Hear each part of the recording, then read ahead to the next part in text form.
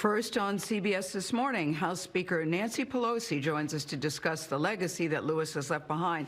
He served more than 30 years in Congress, and just 4 months ago, Lewis marched with Nancy Pelosi and other lawmakers to mark the 55th anniversary of Bloody Sunday in Selma, Alabama. I love this picture. House Speaker Nancy Pelosi joins us to discuss.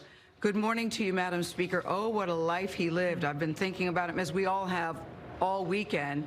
And I'm wondering, when was the last conversation you had with him, and if you're comfortable sharing what you two talked about? The last conversation I had with him was on Thursday, and that was a sad one. I didn't know it was the last, but I had some conversations with him, but we never talked about his dying until that day. And we talked about, he always said he wanted to go home, so he was going home to heaven. Mm-hmm. You know, I stayed up last night watching the documentary Good Trouble. It's really good. Highly recommended on Amazon. You're featured in the documentary. And in it, you said that he really was the conscience, he challenged the conscience of the Congress. How so? Well, I love that documentary because it says so much about John, but there's so much more because he was just remarkable every single day. I served with him for 33 years in the Congress of the United States, and he, again, challenged our conscience in so many ways in terms of equality and justice, and it was justice for all. Of course, he made his mark for equality in the South and voting rights, but for the African-American community, but he went well beyond that. He stood with us when we introduced the Equality Act, which was to end discrimination against the LGBTQ community. He stood with us when we were talking about women's rights and everything that involves. He stood with us when we passed the Affordable Care Act. And it saddens me to say that when he was helping us with that, that was 2010, there were people who were picketing the Capitol, and they, now this is only 2010, that recent, they shouted profanities at him. They spat on him 10 years ago. So there's something that, you know, our work has not been done. But the most wonderful thing that I love about the very end of his life, the last really public appearance that he made, was to go and identify with Black Lives Matter painted on the street with the mayor of Washington, D.C. His connection to all of that. It's such an iconic moment, such an iconic photo. Right before that, shortly before that, he had a town hall meeting with President Obama, another connection to the future, the President Obama being inspired by John Lewis. So he... yeah, Madam Speaker, he was very proud, he told us, of the Black Lives Matter and was very insistent that there be peaceful protest. Always. I noticed you got choked up when you were talking about him being spat upon. I totally understand the pain of that. He seemed to love a country that sometimes didn't love him back. He was able to do that. Well, he was a patriot.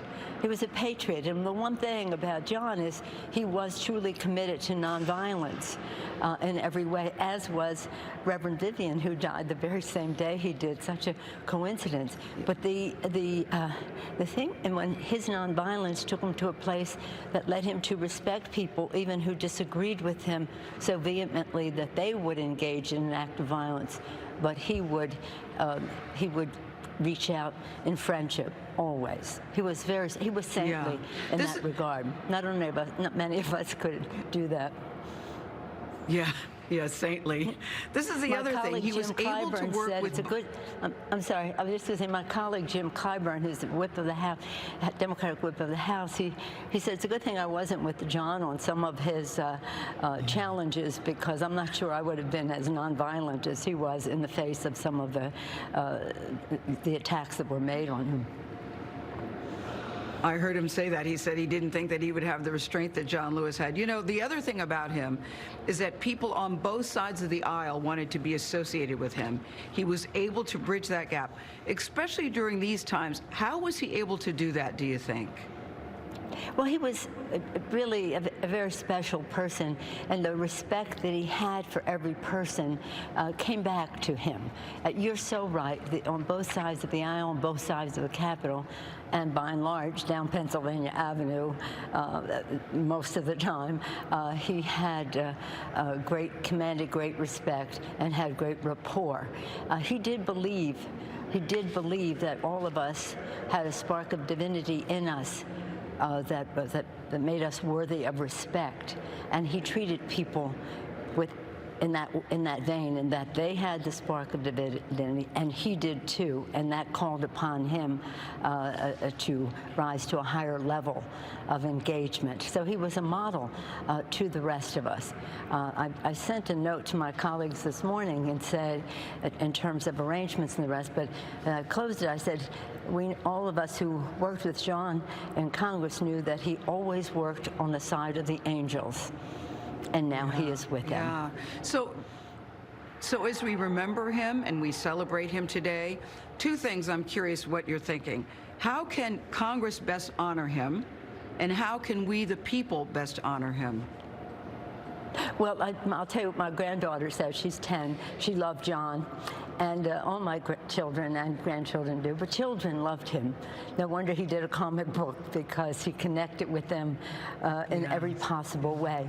But in any event, she said, well, she cried when she heard he passed, and then she said, well, why didn't they revive him? Why didn't they revive him? They said, well, he's passed, he's going home to heaven. And she said, well, then we'll just have to make sure his ideas live. And that's probably how we all, Congress and otherwise, honor John Lewis. One way we could is for the Senate to pass the Voting Rights Act and name it for John Lewis. That would be a very appropriate way to honor him most immediately. All right, Madam Speaker, you know people. Let's see how this turns out. Let's see how this turns out. That would be quite a tribute to him. Thank you very much for taking the time with us this morning. Thank you. Thank you we really for your appreciate attention it. to John.